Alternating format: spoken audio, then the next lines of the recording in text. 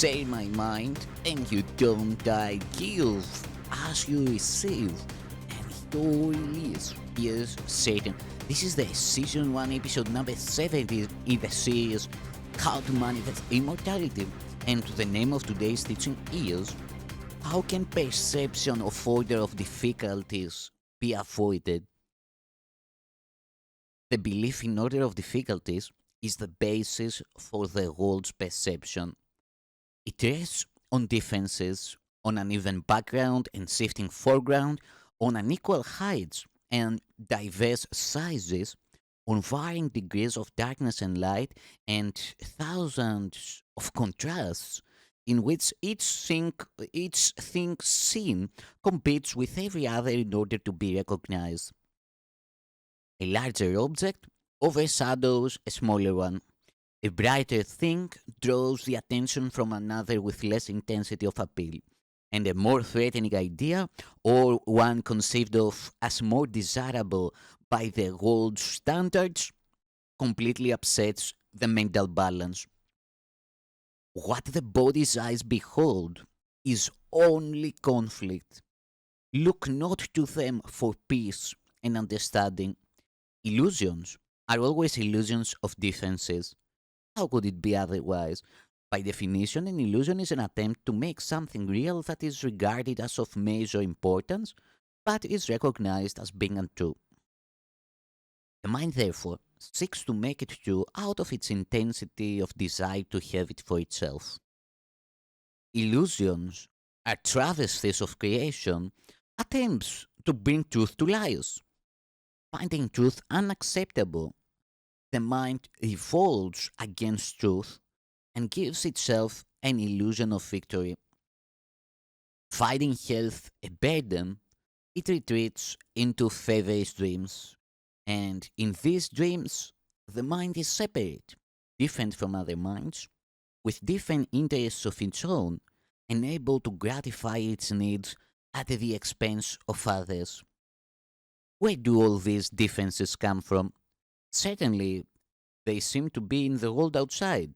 Yet it is surely the mind that judges what the eyes behold. It is the mind that interprets the eye's messages and gives them meaning.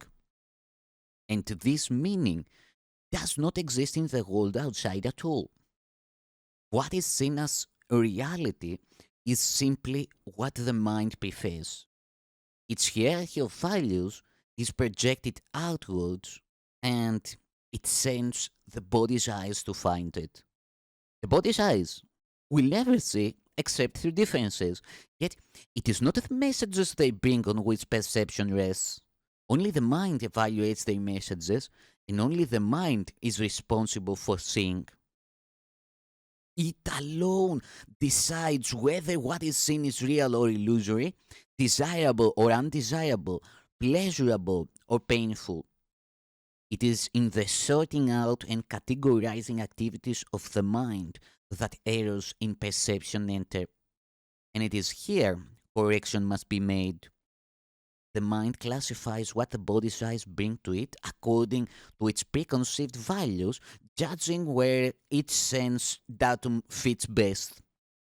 What basis could be faultier than this? Unrecognized by itself, it has itself asked to be given what will fit into these categories. And having done so, it concludes that the categories must be true.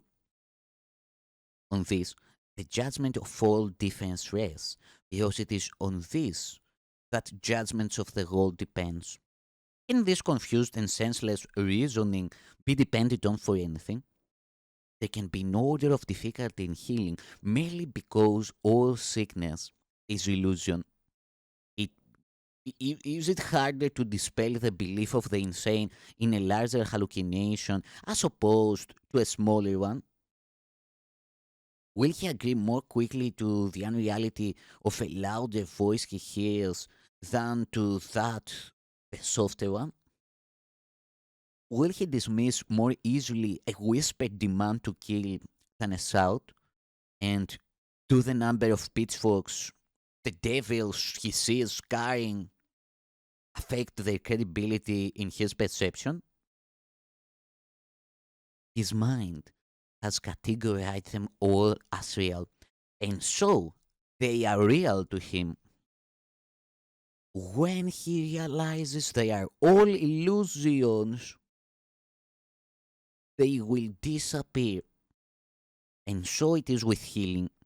The properties of illusions, which seem to make them different, are really relevant, for their properties are as illusory as they are.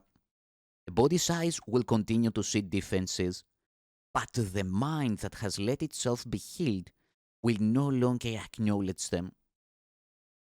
There will be those who seem to be sicker than others, and the body size will report their changed appearances as before.